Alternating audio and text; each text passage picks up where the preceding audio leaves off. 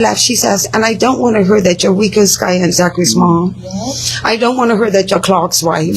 I don't want to hear that you worked at Masters, my mama. I don't want to hear none of that. I want to know who Nikki is outside of everyone that is attached to you. And that's where my healing started, because I had no idea who I was. So I started understanding. I started recognizing my feelings, digging into who Nikki is. See, I'm a recovering addict, and the person I thought I was, I didn't know that. I was angry out there. I'm not an angry person today, in spite of each loss that I've received. I'm not angry.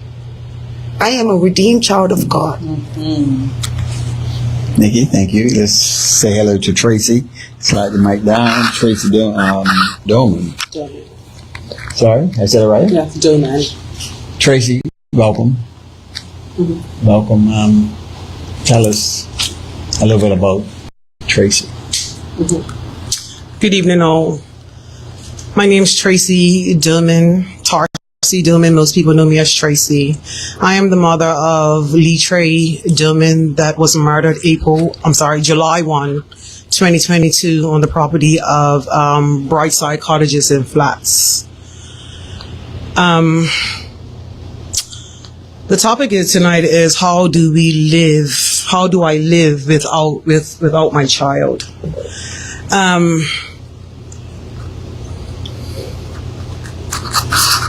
Sometimes that answer is I don't know.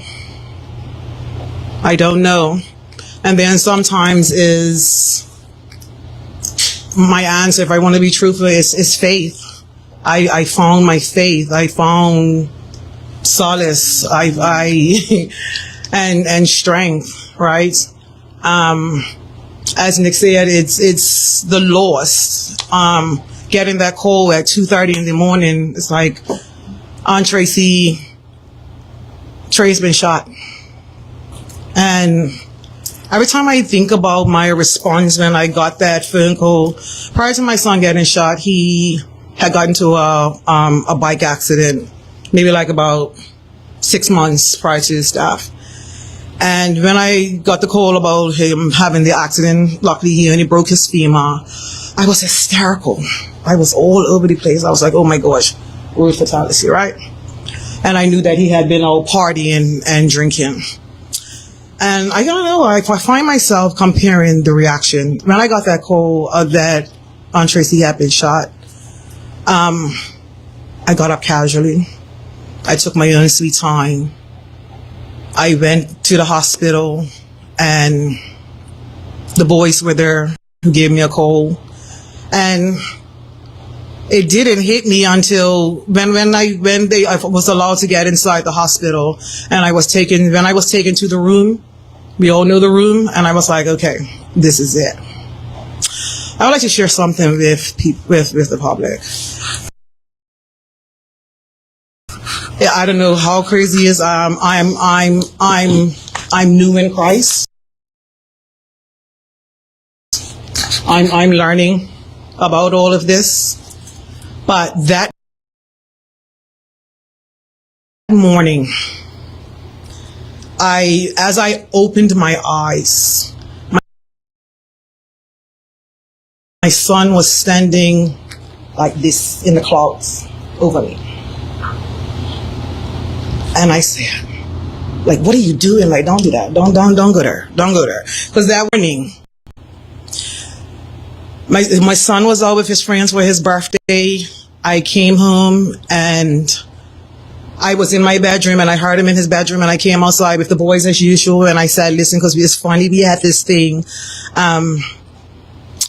He does the dishes through the week, you're home all day. And I said to him, I said, what's today? He says Thursday. I said, so there's dishes in this thing tomorrow. They'll steal your Thursday dishes, right? He's like, all right, mama, cool, I'm got it. That was my last conversation with E-Trey. He laughed.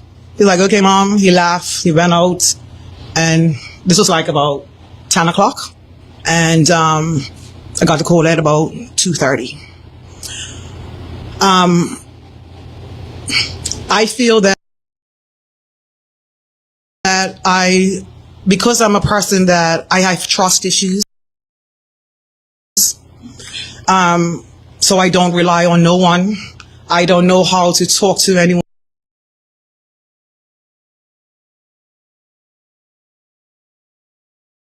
Ask anybody for help or anything, my wall and my door.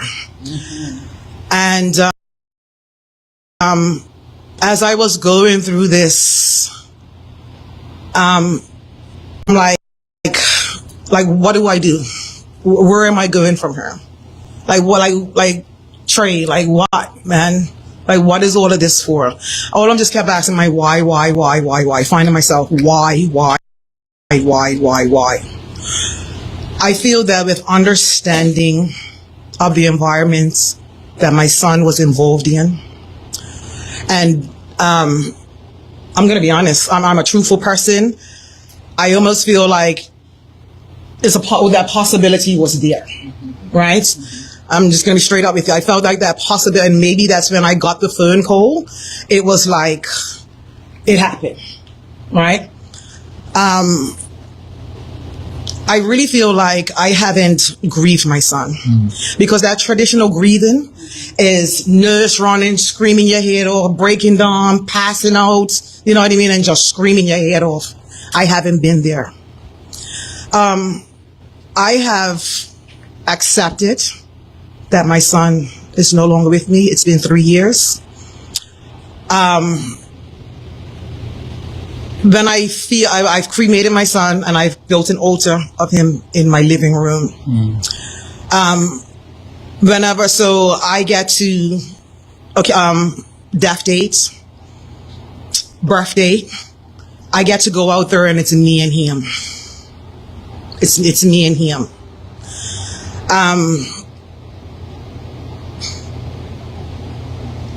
It's, and I just find myself leaning on God. Finding him. I don't have no one to go out there and, you know, all the promises of I'm here for you, anything you need, call me. I don't care the hour, I don't care the day. After the funeral is over, everybody going.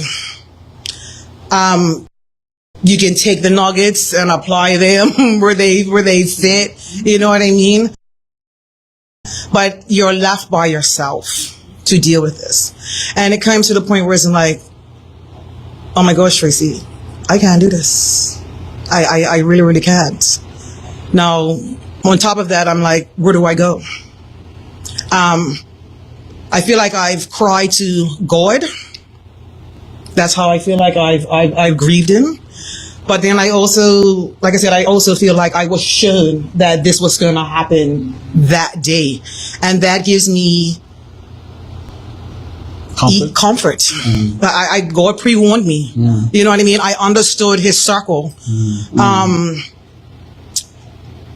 We had his court case in April 10th until June 28th, was it?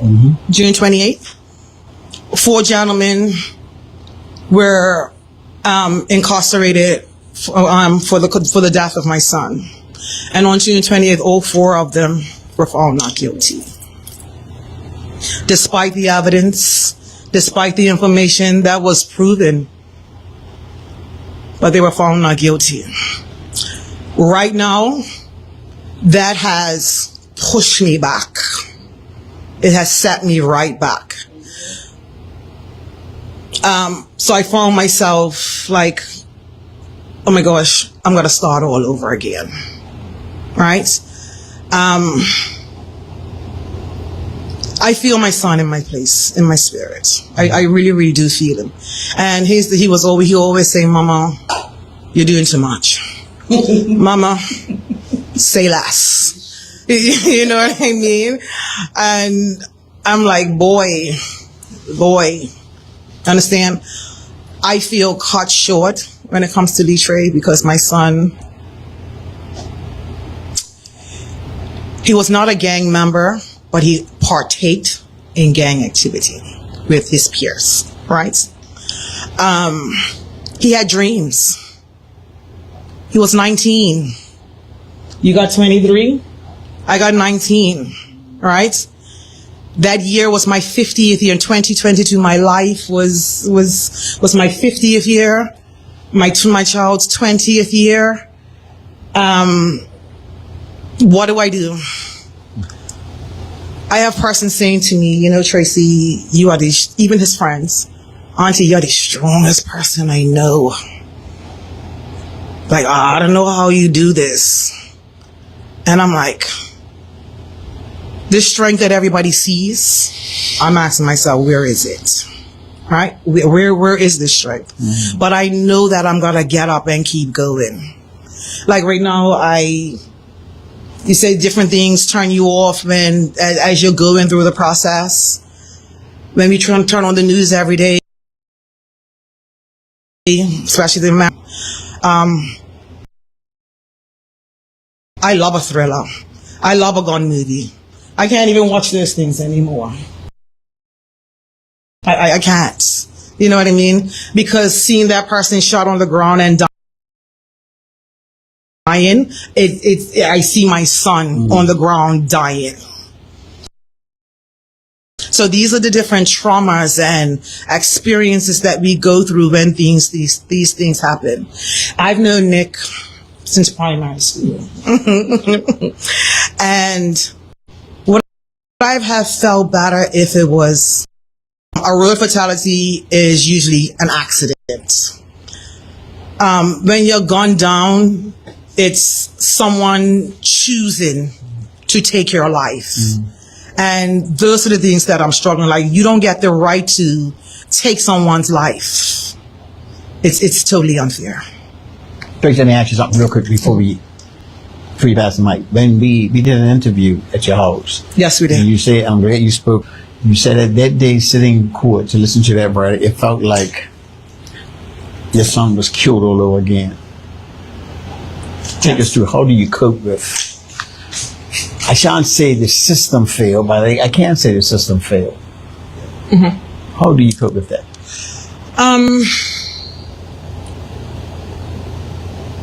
Hearing the not guilty verdict after I sat through 8 weeks of trial, I couldn't believe it. It was shocking. I wasn't expecting all four, but I was like, we sure have the shooter and the rider. And when I braced myself, as I had mentioned to Trevor, as the trial was starting, I got all hysterical. I was anticipating, this is what I do, overthinker. I anticipate how this trial is going to turn out, how it's going to make me feel. And that morning when I got up for the trial, causing anxiety with myself going to the trial.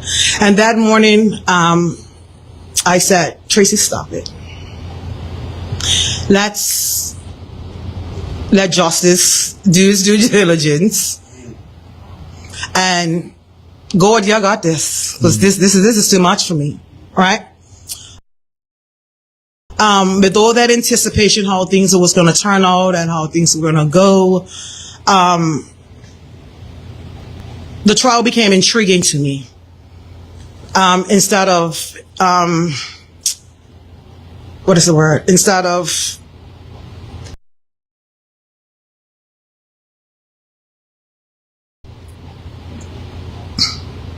frustrated.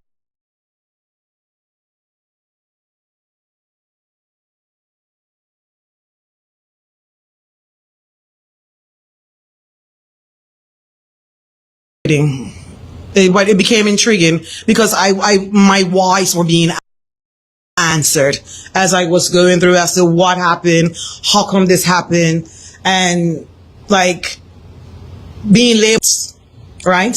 So those were the answers that I had received. Again, with the verdict, I braced myself. I heard not guilty. Was the first person. I said, okay. Not guilty on both accounts, and the two counts were murder. Mm-hmm. The second count was murder committed with a firearm. Mm-hmm. And so was not guilty on the two verdicts. And the second person was like, okay.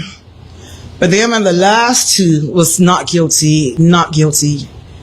Honestly, I just felt like it was 1, 2, 3, 4 punches right in my gut. I was in disbelief. I felt like the doctor just walked in and said, Miss Joe, I'm sorry to tell you, but he didn't make it. He didn't make it. I braced myself. I just left the building. I'm not that emotional person to, you know what I mean, carry on. I just wanted to go home. I just wanted to go home. And over those few days, it put me to bed for 2 days. For 2 days. And now I'm like, I don't like a pity party. I don't like feeling bad. I don't like feeling sad. So after I catch him, I was like, Tracy, get up. Go do something. Right? So now moving forward, I feel like I've overcome. I've said, okay, Tracy, I need to see counseling, because again, I can't do this as much as I could be superwoman. And I have a girlfriend that I call her auntie, and every time I go to her with my issues or my problems, her response to me is, Tracy, you are somebody that everybody comes to with their problems. How would you solve it? Right? So, Tracy, this is your problem. How are you going to solve this? How are we going to do this? So this is me picking myself up and doing what I'm got to do for me. And I got to do for me. This is where my prayer, again, like I said, I'm new in Christ. You got to save yourself. Yes, I got to save myself. I'm praying. I'm on YouTube. I've got TD Jakes on all day, or I'm playing gospel music, or TikTok. TikTok has been your For You pages, the algorithm follows you and they know your content. So you constantly keep getting that content, and this is what I'm thriving over. This is how I'm confident in myself. And also also what gives me strength is I'm a lover and a carer and a nurturer of people. Right? And for me, this whole situation, my goal is to turn my pain into power. Nicole, how do you cope? How do you cope? How do you tell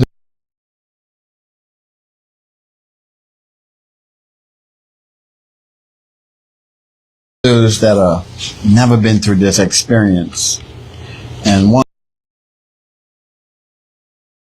don't know what's down the road for them? I even speak for myself. I couldn't imagine what you three mothers and other mothers, because there are many that have been through this over the last different road fatalities, different knife deaths. We've been dealing with a lot of death in this island. How do you as mothers cope? So, as Nikki said, with every death, she found herself. So that's what I've been doing to cope. Walking, running, going to church, building my faith stronger, getting closer to God. And I have my family around, and I have my friends. And then it's work. When you go counseling, it's work. It's not just a walk in the park.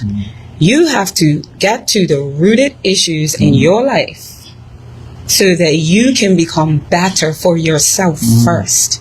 And like you, I'm a giver and a helper. So it was hard, and it is hard for me to ask for help.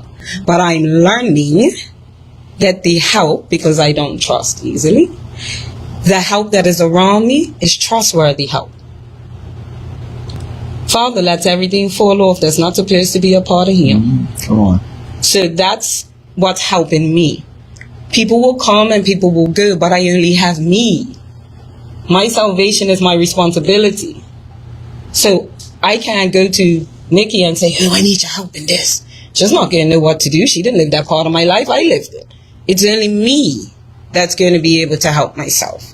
And in-laws, it does start with you. But you have to have that will and power to get up and not want to continue in that. So for me, I get up every day. I have gospel on. I have my boy, Pastor Mike Jr. McClure. That's my boy. Reality keeps it real. Music, dancing. I have to have joy in my life. When the sorrow comes up, the happy memory comes up now as well. Because I had to train myself in my mind. This is where the work comes in. In your mind. You in your mind. Yes. Not to think about back then. Not to think about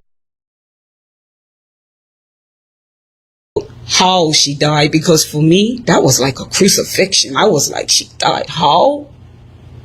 I had to come to terms with that. I couldn't see her. You all saw your kids? Yes. I didn't.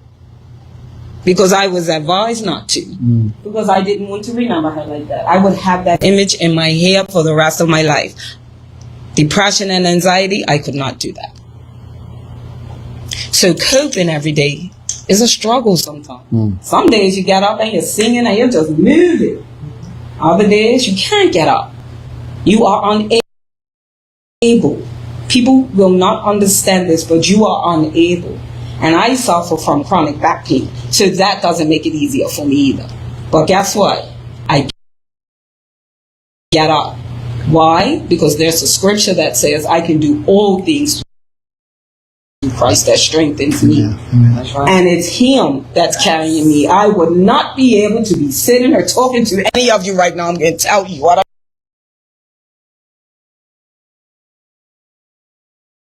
I know. This is not a walk in the park. This isn't easy. This is something that women and men have to go through with loss. This is difficult. And I'm saying to myself, but if I snap back,